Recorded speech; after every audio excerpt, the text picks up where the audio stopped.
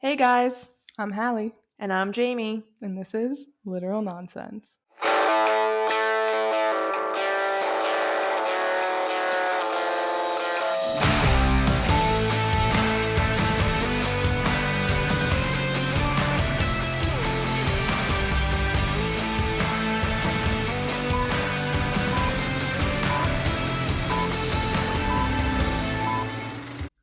Hello. Hello!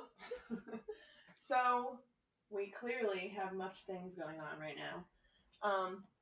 Yeah, there's a glare There's from a the glare. windows. Don't. It is what it is. Sorry. Yeah, we're struggling already. Whenever we do something New. I think the world doesn't want us to succeed. I know, right? And so therefore, Mm-hmm. it holds us back. But we don't let it. Mm-hmm. So basically, we recorded the other night, only to find out that the whole thing didn't work. Well, it did work. It was just the audio just wanted to glitch, and it just went in a loop. And Ryan thought it was so funny that it got stuck on me saying like, because I say like a lot. And he was like, Like that a was lot? actually, well, I say like a lot. Like a lot. Whatever. So, yeah, maybe that was like a message for me from the universe. Don't know. But anyway, so basically 20 minutes recorded, and then our video recorded great. Yeah. And then it was an hour of just like. So we can't put that out. So here we are during the day. But if you're watching video, our cute little logo behind us, there's a little bit of a glare. So it is what it is. Here we are. It is what it is. So it's a new year. It's a new us. It's a new day. It's a new life. It's a new day. Hallee? Sorry. Is that Michael Bublé? And I'm feeling. I think he also, but I don't think he was like the OG. Down. No, I don't know. Whatever. I don't like this. Okay. That looks nasty. Thank you. I'm drinking a juice. It is nasty. So I'm drinking a matcha. I should have gotten that instead. I'm trying to be healthy again. New year, new us. So, anyways, point being is we are now live in person recording, which we love. We're going to be publishing videos of the two of us in our little makeshift studio that we have in Jamie's living room for now, which is why we have glare. But more importantly, besides for our aesthetic, is what we are now covering. Yes. And so hold it up for the ladies and gentlemen. We have been waiting ever so patiently. So we are covering Fourth Wing. Yeah. This book is great. You need to read it. If you haven't read it, you're weird. If you don't like it, you're weird. Yeah. And that's just my opinion. So this book has taken the world, I would say by storm. Yeah. Oh well. That'll be funny in like next episode. Yeah. Not even now. So yeah, I feel like everyone's been reading it. So the reason we're doing them now is because we've actually had foresight this time. And when we decided to make the podcast, it was because Crescent City 3 was coming out, and we were like, let's reread all the ACOTARs. In our reread, we were like, let's make a podcast. Then we had to like backtrack. We were super delayed, XYZ. Okay, fine. So we didn't cover Crescent City like 4 months later. Yes, because it took us forever. This time, because Onyx Storm, said it right, thank you, is coming out, we decided to reread Fourth Wing and Iron Flame, but we're covering them as we reread them. We'll be like a little behind, like a week or two from the release because we have to read the new book. But it's like I'm sure we'll devour it. Yeah, it'll be our coverage on the books pretty much as they're coming out, and we're doing this coverage as the world is rereading these books. So that's kind of our intention and our goal. So we are excited. What else? Oh, we're doing 2 episodes per book. So we'll have a Fourth Wing, part 1, here you are. Part 2 is next week. Then Iron Flame 1 and 2, Onyx Storm 1 and 2. We're back to every week releases, God willing, with technology. Yeah. So today we're covering up to page like 261. Yep, and chapters 1 through 21. Yeah, I'm pretty sure 21. And pages 1 through 261. Yes. Yeah. So I feel like where we left off, like where we're gonna leave off at the end of this episode, is like where shit like starts. Like now the story really begins. Yeah. Because all this other stuff is like kind of just like setting the scene, you know? It is setting the scene, but I also will say I feel like this book does a really good job of like even the scene setup first half of this book, there's a lot going on. Oh yeah, for sure. So I like that about our girl Rebecca Yarros. I feel like she gave us just enough, I think. And it had me hooked from like the minute on. So basically let's just set some backstory before we go down like what happens in part 1 of this book. So we have Violet. Oh, and then also too as well. Obviously we're gonna be talking like you've read the book. Because you probably have. Yeah, we're just chatting about the book, you know. So if you haven't read it and you don't want spoilers, then don't listen to us.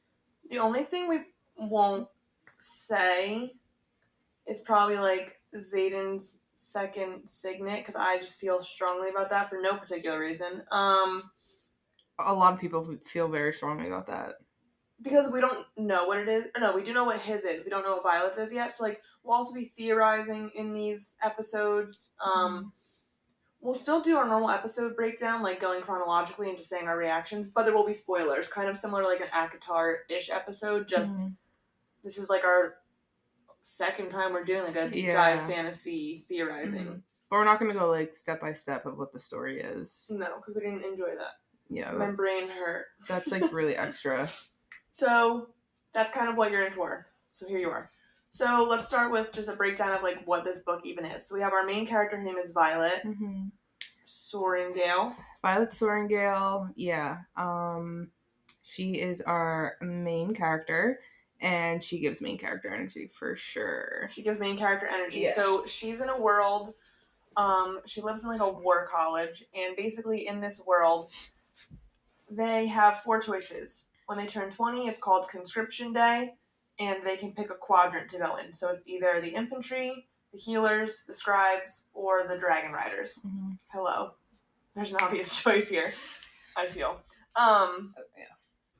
You like probably most likely will die if you try to be a dragon rider, but like if you don't. Well, that's the thing, right? So like it's giving very much like Divergent. Like when Triss goes to Dauntless. Yeah, Dauntless. I couldn't even think of the name. Yeah. Dauntless. I was thinking of the Gauntlet. Oh yeah, Dauntless is in Dauntless Divergent. Is Divergent, yeah. And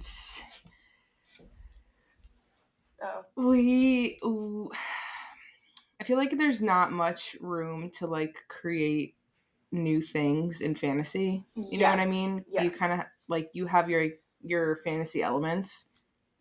And so that may include magic, dragons, witches, vampires, you know, just shit like that. If you're into fantasy, you know like the main things, right? So one of the biggest things that I feel has come out with this book is that there's like this theory about how people think that the books are written by AI. Yes, which we had joked about this texting each other when we first read it, and then all of a sudden we were like on TikTok and everyone was saying it. Now, do I really think that? Probably not. But here's the thing. So like again, conscription day is very Divergent-esque. There's eventually like training, which is very Hunger Games, training gyms-esque. The main character, if you've read Red Queen.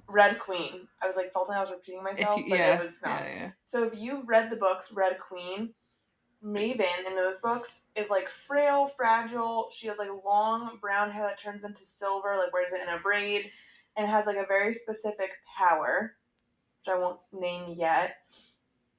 This girl is the same. Violet, exact same. Like down to like the silver hair. Copy and paste.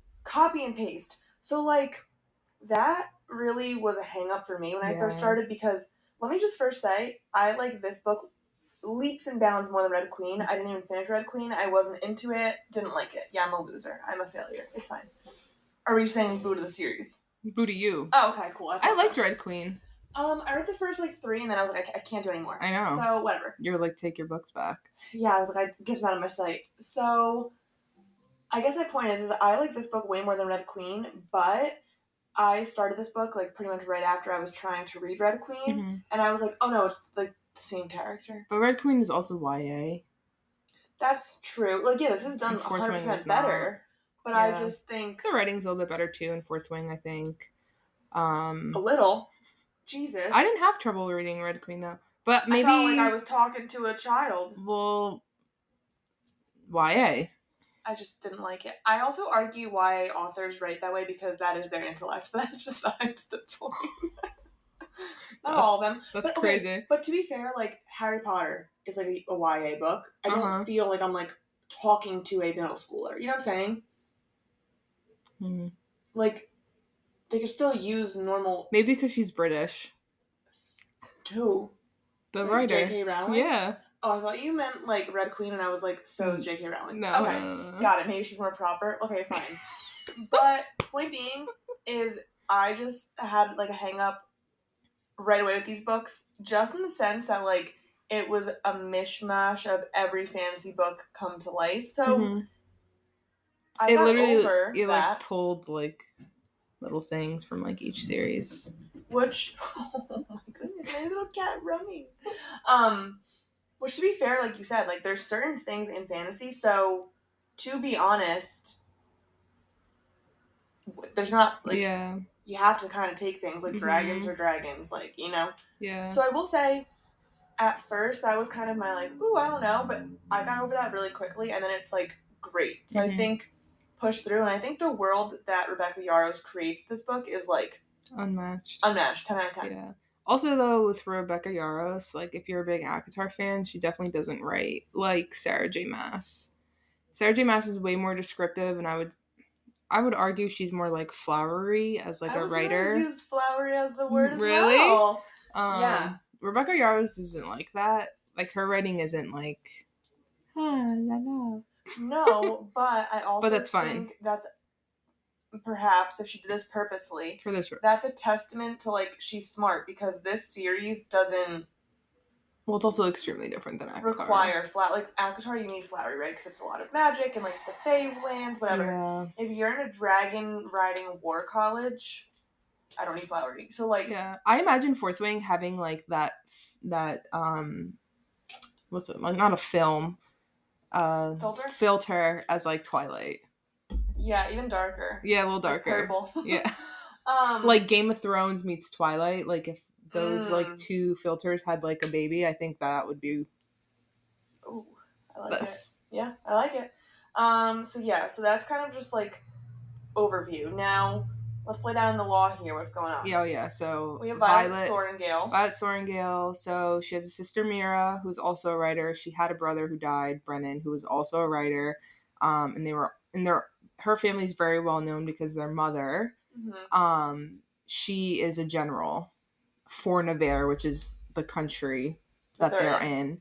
And Navarre has been at war with a neighboring country called Poromiel.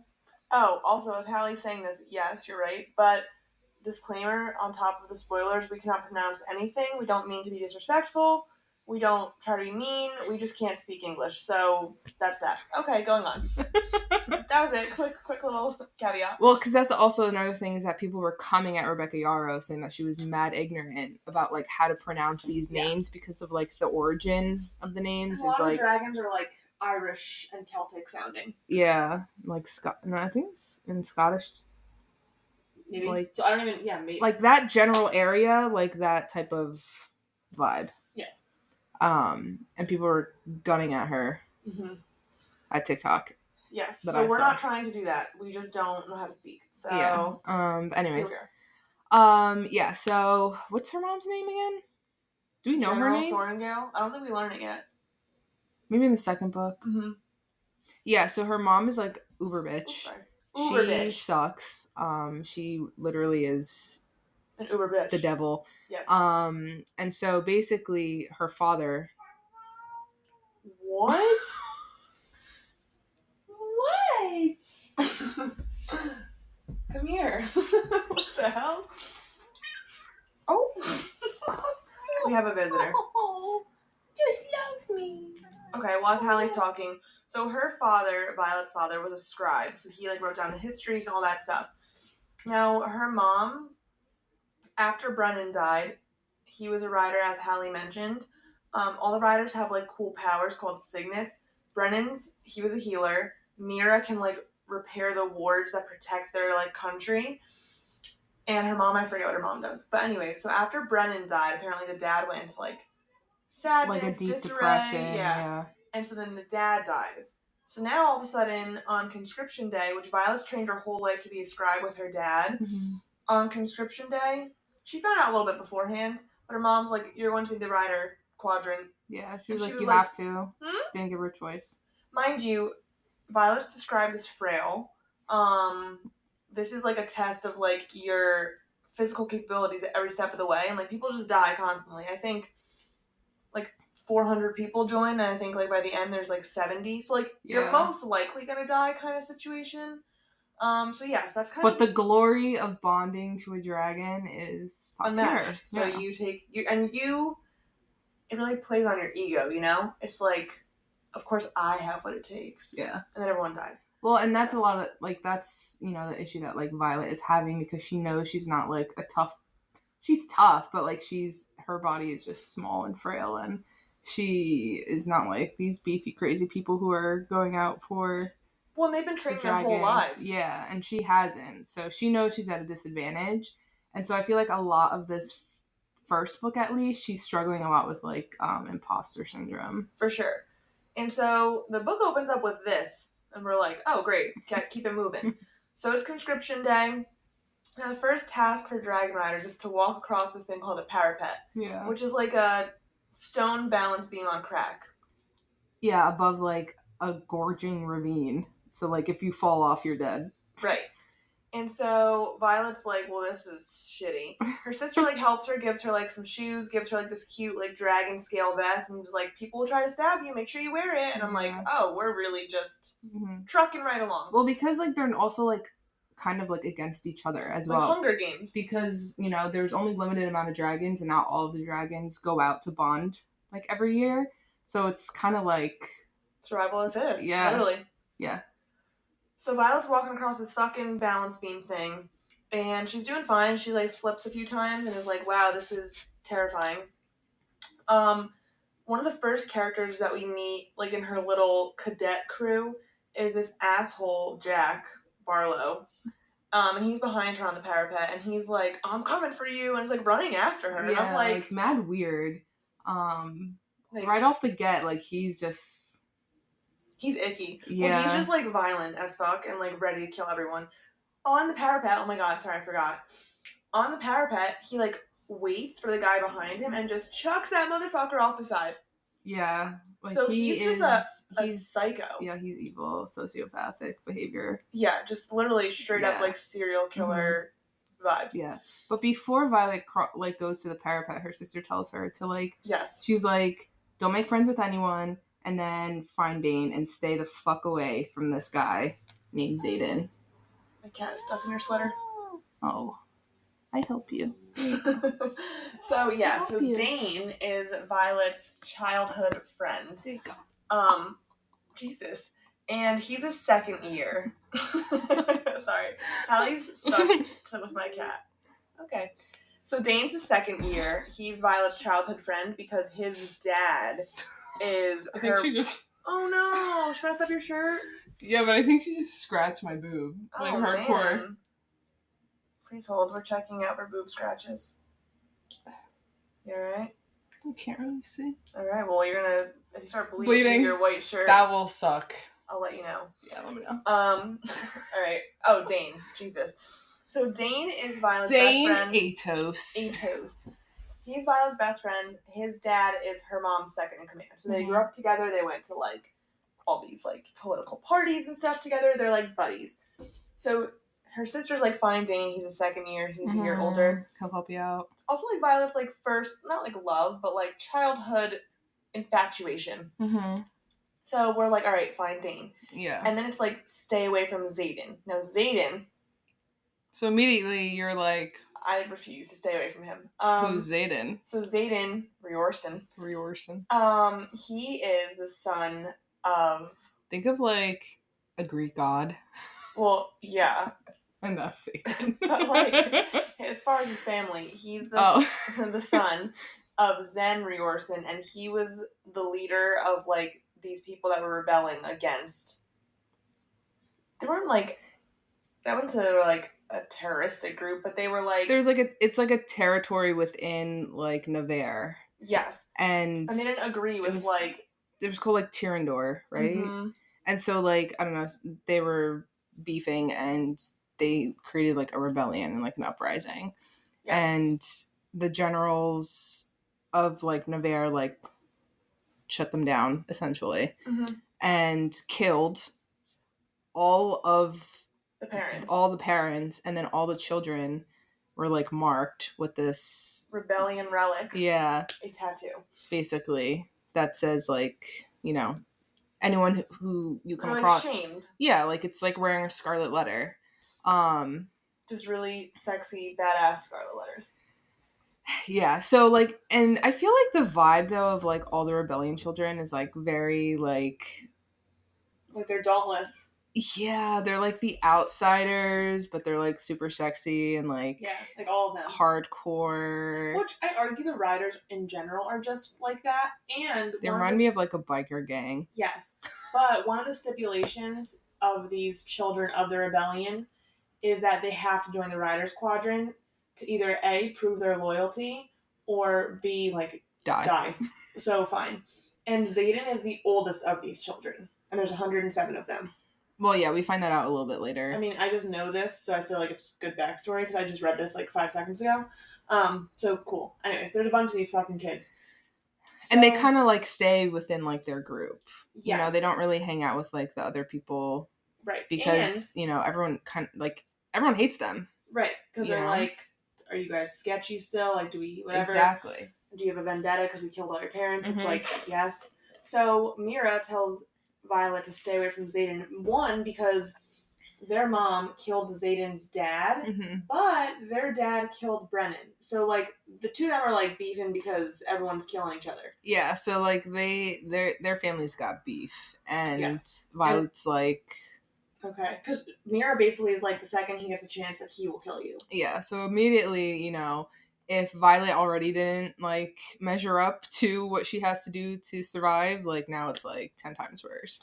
And for the first part of the book, she, like, is leaning very heavy into that. Like, she is, which like, is right, fuck. I mean, which I feel like, yeah. Like, because she's into, like, unknown waters.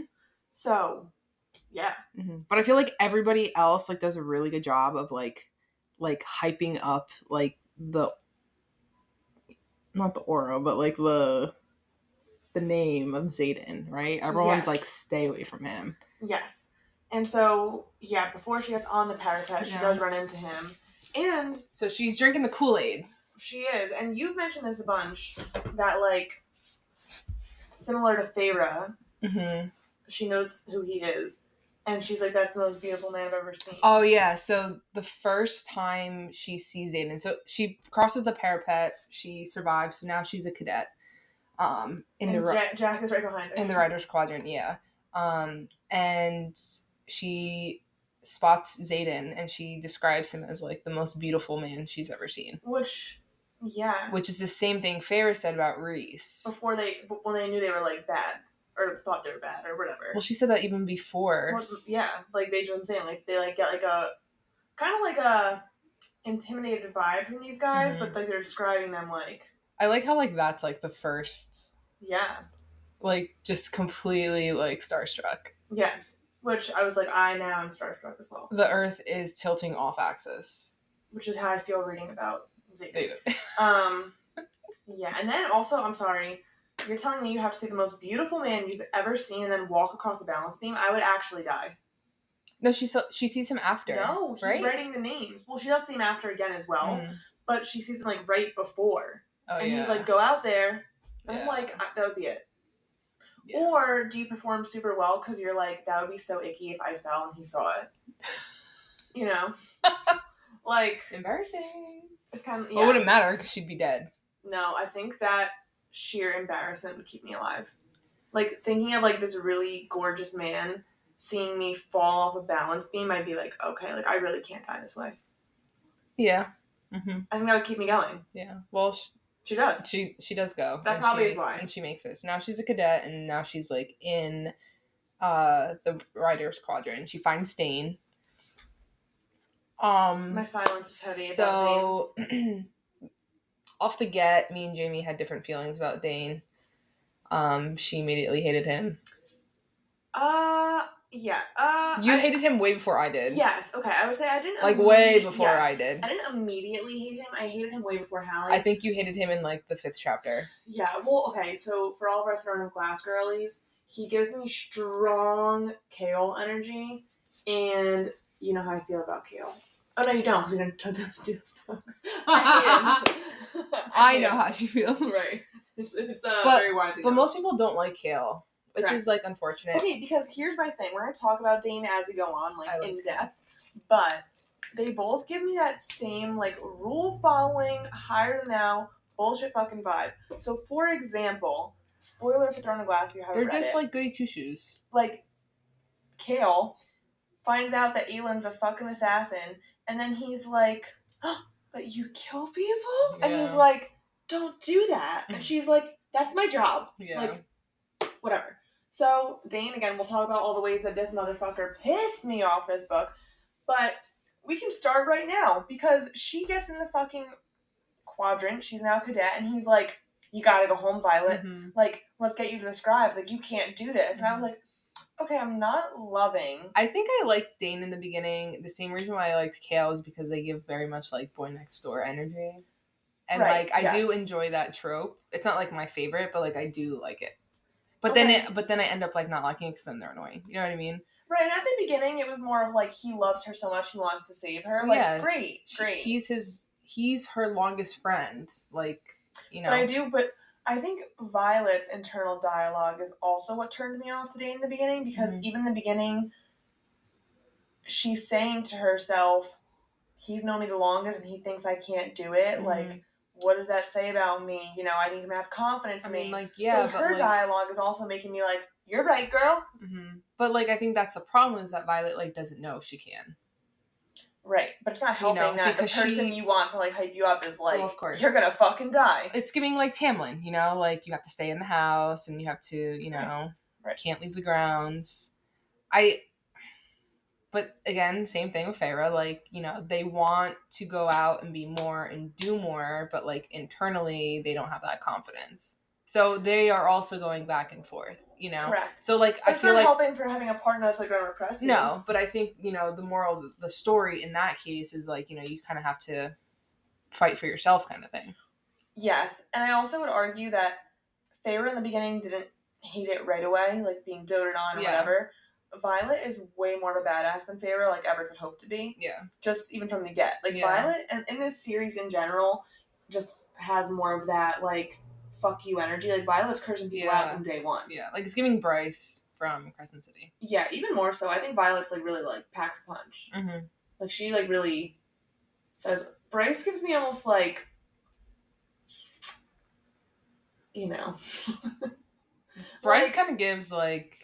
Mean Girls, but, like... Yeah, like, Bryce is wearing hoop earrings and shit. Like, Violet's just, like, putting her braid on and just, like, kicking your ass.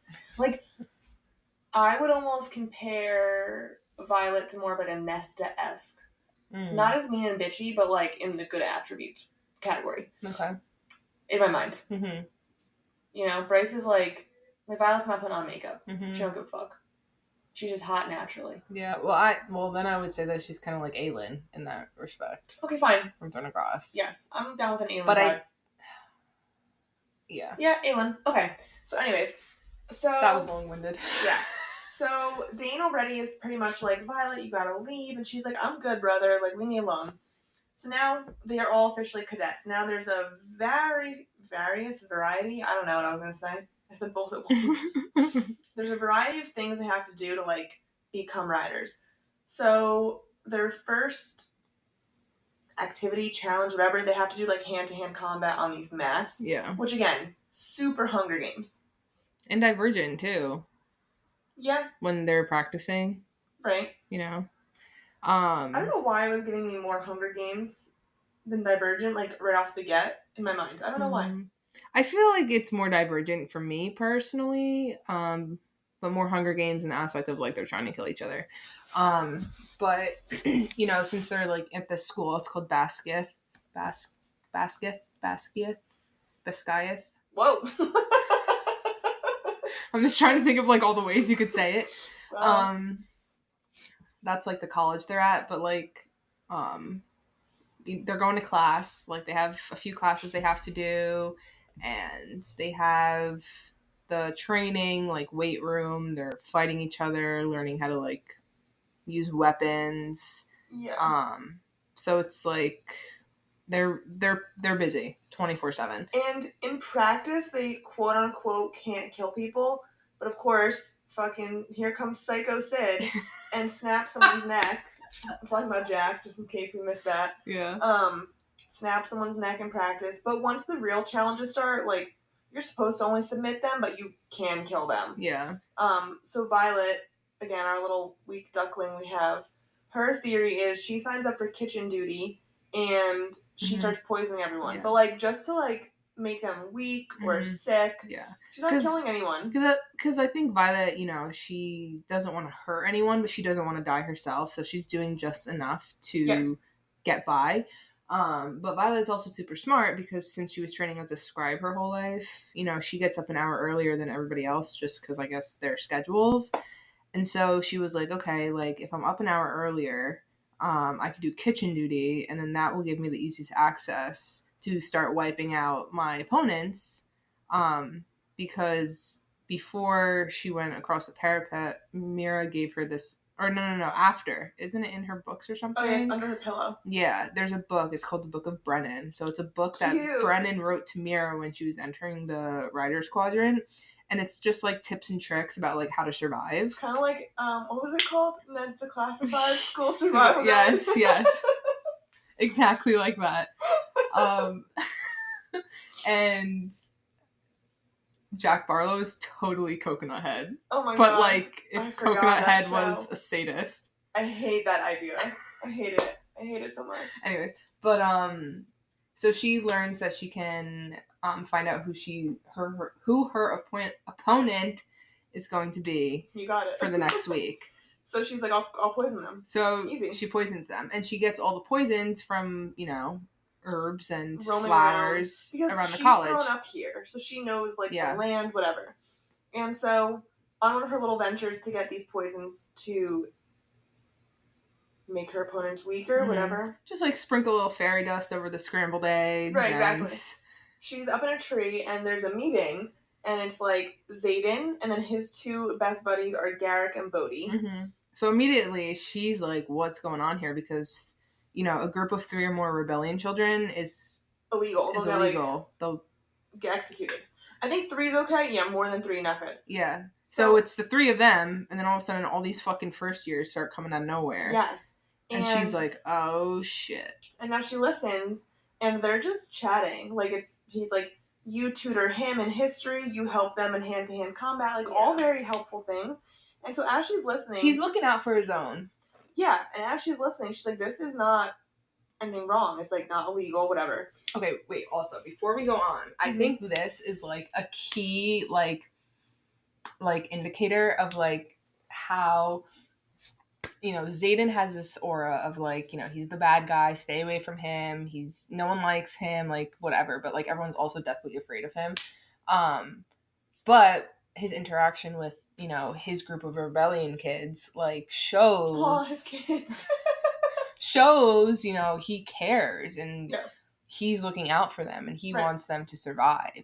And all of the rebellion people have a completely different attitude towards Xaden than everybody else. They idolize him. They, like, people have frequently, like, they just look up to him. They'll listen to what he says, like, with almost, like, undying conviction. Exactly. And then I think it's when Xaden takes Violet under his wing because of their dragons that she starts to realize that, because not only she's not spending like directly a lot of time with Zayden. I mean, like she is, but like she's mostly with like Liam and, you know, other people, Garrick and Imogen, and like, you know, so she's getting more of a wider picture of who Zayden really is. And then I think that's when she starts to like be like, what is really going on here? Right. And this is the first time she sees him caring for others.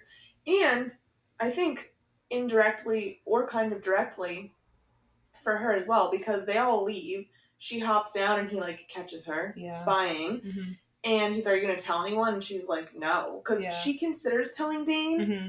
Hard ass for the fucking rules. Yeah. And then she's like, honestly, like, I'm gonna get them all executed for what? Like, he's helping them. Yeah.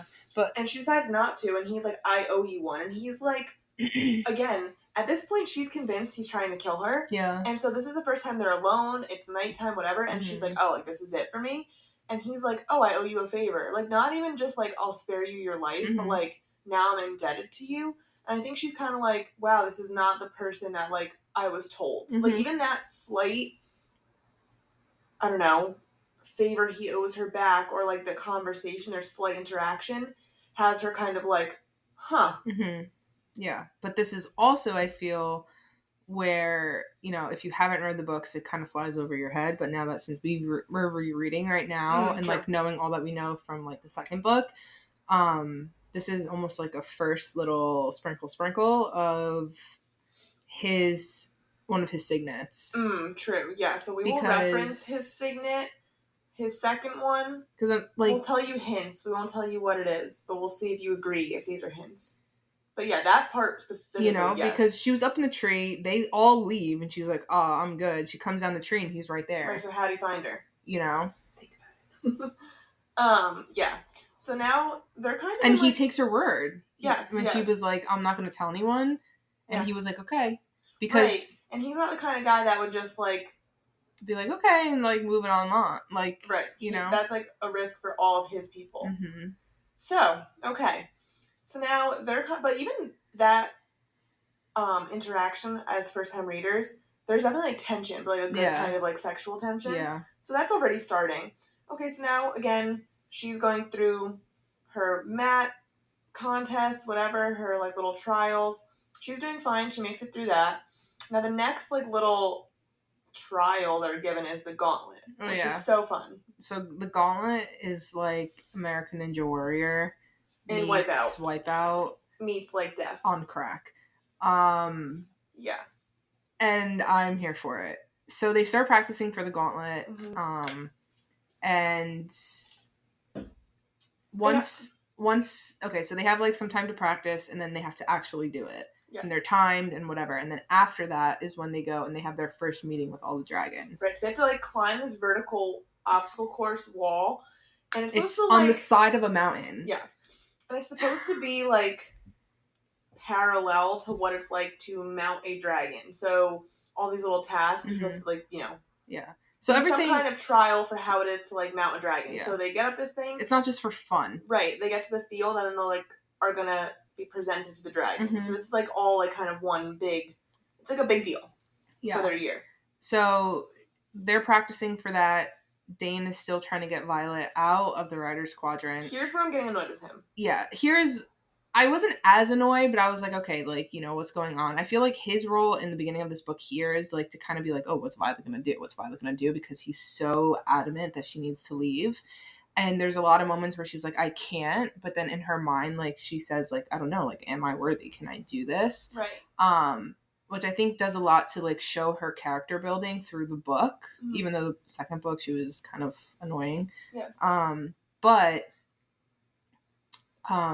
Dane is like in contact with like the scribes and like teachers. He's making like plans to get her out. Like he's trying to con her out here, and at each moment she was like I can't, because my mother will either kill me or she will throw me back here. So what is the difference? As I mentioned, super bitch. You know, but Dane's like, I just want to protect you. You can't do it, Violet. So here, I'm getting annoyed, but I'm like not totally against him. And so Violet, again, small, frail, right? So she's practicing the gauntlet. The last two things, she can't get up. The day of the challenge, she doesn't cheat, but she uses her resources. Like, she uses a rope to climb the one wall. and then like the sloping wall that she has to get up, she like uses a knife to like haul herself like the rest of the way up. Well, the reason why is because she has a conversation with Xaden, and Xaden's like, do what you gotta do. Yeah, he says like, there's more than one way to pass the gauntlet. And so she's like thinking about it, and she cheats but doesn't cheat. She's just smart as hell, and she makes it through the gauntlet. Mm-hmm. And immediately there's some drama because one of the other squad leaders. No, she's a wing leader, Amber. Oh, she's a wing leader? Yeah. Oh, so shit. Wing leaders are like the top notch. They're like third year, like they're going to be like lieutenant kind of situations. Then there's squad leaders, and then there's like squads. So Xaden's a wing leader. Dane is a squad leader. Right, but they're all in fourth wing. So like Dane and Xaden are both of her like superiors. Yeah. But Xaden's like top head honcho. So like Violet answers to Dane, Dane answers to Xaden. But Amber is a part of a different wing. She's the wing leader though, which is like, so she's like, top of her class, whatever. They're like the prefects in Harry Potter. Yes. So Amber's fucking pissed because she saw Violet use the knife to get through, and she was like, that's cheating, blah, blah, blah. And then Violet like quotes the Codex, which is like the book that they live by. There's the Bible. And she's like, yeah, I technically am fine. And Amber's like, you think like a scribe. And she was like, well, I am a scribe. And I was like, yes, this is good. It was like a technicality, right? Like, she had brought that knife from home, and it says in the Codex, oh, the knives or whatever you have on your person is considered part of your body. And she was like, that's part of my body, whatever. Yeah. And so even Xaden was like, she's got you, whatever. So here's where I'm starting to like... Got him! Yeah. Here's where I'm starting to like Xaden, because he's like, she's just smart. Like, you can tell he's like appreciating and respecting her for what she's doing and like kicking ass. So now Dane, where Xaden's appreciating her, he finds out later that she like used this knife and did this, and he like loses his shit. And he's like, he's mad at her. He is. And I feel like I want to point out that if she didn't use her knife at this part, the last trial of the gauntlet, it's either like you make it up or you die. Like that, like there's no... There used to be in training like safety ropes that you can like jump and like get down. They don't have those. So the fact that he's so mad, it's like you would just rather her die. Yeah. Like, she made it. So, okay. So that's how I'm starting to feel about Dane. I'm like, weird. Okay. Well, and then I also feel as well, like, Xaden gives Damon energy. Okay. Dane's a little bit like Stefan, I feel. I like this. From like Vampire Diaries. Okay. So which obviously me and you both. And it's kind of similar to like how Reese versus Tamlin. Yes. Right? So Reese and Damon are very much like, I love you regardless of your flaws. Which everyone has flaws, so it's like that's where we should be at. Whereas like Dane and Stefan are like, we need to be the best we can be. And I hate that like moral warrior bullshit. Leave me actually alone. So now once they pass the gauntlet, that wasn't bad enough. Now they have to go to presentation, which is where they walk a field full of dragons that are like deciding if they like the humans. Because in this world, the dragons choose the rider, and it's like they have all the power, which I love that. Because I feel like in all these other fantasy books, I'm like, why would these big ass dragons listen to us? Yeah, like in Throne of Glass. You're like, what? I guess because they're like your pet, but like, I like this better. I do. I'm a big fan. No, yeah. And even like later on when the dragons are bonding to Violet, there's like this whole uproar, but Xaden tells Violet the dragons have the final say. Yes. So they have to walk through this field, and they have to walk 7 feet apart because they can get roasty toasted. Yeah, because they'll just decide, like, we don't like you, and they'll fucking burn you alive. Yeah, so they're walking through. Violet and Rhea are just, like, talking about regular schmegler stuff. Rhea's sister had a baby, so they're just chatting about that. Jack Barlow is saying some fucking terrible shit about how Violet sucks. This guy is the worst. All this stuff, and, like, this other girl, Luca, is also joining in, and they're just, like, you can literally die. Like, this. And the fact that they're like taunting and being rude in front of the dragons, you have no common sense. Long story short, Luca gets burned to a crisp. Love it. Somehow Jack survives. I think they like that he's like cutthroat. I guess, but anyways, because some of the dragons like have personalities and they're also assholes. You know what I'm saying? Yeah. They reach the end, and there's this little golden dragon who is just so cute, and everyone's kind of like, "What is this dragon doing here?" Because that's not a thing. Ever. Yeah, there's red, orange, green, blue, brown, black. And there's like different tails. They're just like different breeds of dragon, but not gold. And this one has like a feather tail, which is like they know is like this rare dragon like no one knows about. Mm-hmm. And they've also like don't bond to humans, right? So. Excuse me. So, you know, everything is kind of like, what's going on? You know, Jack's being an asshole, and he's immediately like, we need to kill it. And you're like, why? Right off the rip. Why? Because he's just a psychopath. So she gets through, she makes it through presentation, and then the next day is threshing. And so Violet, like, apparently at threshing, the dragons will, like, call to you. Mm-hmm. So she's like, okay, like, I don't feel anything particularly, whatever. And also, when you go to threshing, there's a risk that, like, no dragon will pick you. So, like, her little friend crew is, like, Rhiannon, Riddix, and Sawyer. And Sawyer's the second year, and he, like, wasn't picked at threshing last year. And so she's like, well, I, like, gotta try to figure this out. She feels nothing. So she, like, climbs a tree and sees, like, the little golden dragon. Like, out in the distance. Yeah. But then she also sees Jack and his cronies. And they're plotting to kill the dragon. Yes. And which, like, Violet's he, like, doesn't just say these things. He also, acts on them. Yeah. And, like, his, like, impulse is, like, to kill. Yes. So she climbs down the tree. Yeah. She runs over to the dragon. She's, like, hiding behind a tree, and she's like, shoo, you gotta go, which I thought was, like, hilarious. Yeah. Well, this dragon's, like, chuffing at her, like, because it's kind of, like, high stakes right now, and she's kind of, like, go. Like, and the dragon won't leave. Yeah. She's like, great. So Jack and his crew come over and they're like, oh, we can kill two birds with one stone. Like two of the weakest links. Yeah. And so they start fighting. She like throws a knife at him, hits him in the shoulder, fucking pussy boy runs away. But the other two are still there, and then all of a sudden Scale. Oh, I say Sable, whatever. It's Zayden's dragon. She's like a big blue... She's a bad bitch. Bad bitch, of course. And she's like vicious. And she's vicious, yeah. So then Zayden comes and he's like watching it, like all this shit go down, and she has like a knife to her throat or something, like one of it's like the death blow is about to be delivered. Yeah, and Zayden like moves to like step in. Yeah. Which in threshing, there's like a, not like sacred, but it's like a rule that like no third year, second years, whatever, they're all watching, but like they can't interject. Yeah. And so the fact that he like makes this step, and like previously he also had yelled like behind you, whatever, that's like against the rules, but maybe not as bad as you think. Right. But when he takes this step, you also don't know what ends up happening, because this giant black dragon like lands and incinerates one of the other guys. Yeah. And so like Zayden just like flies off after that. And so does a little golden dragon. Yeah. And Violet's like, you can fucking fly.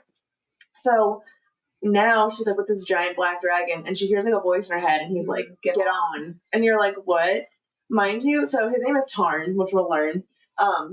And so like he's choosing her, and she's so funny. Like their dialogue is hysterical. Like he's like the definition of like grumpy, and she's like sunshine. Well, not really, but like he like the grumpy old man. Yeah. Like she's trying to be like, you don't want me. Like I'm weak. Like we shouldn't do this. And he's like, get on before I change my mind. Like, so she does, and she flies back with him to the meeting center. Just whips up in this giant dragon. Mind you, he's like the biggest dragon aside for like the general. His name is Melgren. He has like the biggest black dragon, which like is the largest breed. So two of them. So everybody's like jaws to the floor when she pulls up. Which like fuck them. Yeah, and so she has to go to one of the scribes and give the name of the dragon to like write down that they're bonded. And he's like in her head, and he has like this deep husky voice. And then all of a sudden she hears like this little baby voice, and she was like, and then Darna, like, my name is Tarn, and then it's like, and then Darna, like, stop. Which I feel like is such like a perfect vibe for like the three of them as well. So funny. So this is a problem, right? She's got two dragons. Yes. And Violet's like, do I say her name? And Tarna's like, say her name. And she's like, you motherfucker. Yeah, so when she says in Darna's name, all hell breaks loose because everyone's like, what? You have two dragons? Like, that's unheard of. This isn't a thing. Also, like, the little rare golden one. Like, what's going on? Yeah, so everyone, like, goes away to, like, debrief and, like, try to figure out what's going on. And Xaden tells her, like, it's going to be the dragon's decision. And Dane, in the meantime, is like, you should pick in Darna because, you know, you probably won't have to, like, actually do anything and, like, risk your life because you can't mount her and fly her. Right. And Violet's kind of like, fuck you. Like, what the hell, man? Because you're just mad that I have a bigger dragon than you, and not only the biggest dragon, but I have a second one. Right. And, like, that just adds to, like, Dane's, like, low confidence in her, but she's now starting to be, like, having faith in herself. Yeah. And so, yeah, I feel like she's making that shift, but he's, like, still, like, now, like, not believing in her, whatever. Yeah. But the thing is, okay, so essentially they come back and they're like, yeah, she can have both dragons. But then Dane kisses her. Yes. Well, because, yeah, like, I think it's because when they come back and they say that she can have both, he's almost like, oh, they do deem her worthy. And it's like, he's like, she's like good enough for him, which, fuck you, Dane. Yeah, so they kiss, and Violet's immediate reaction is like, I feel nothing. Which, so funny.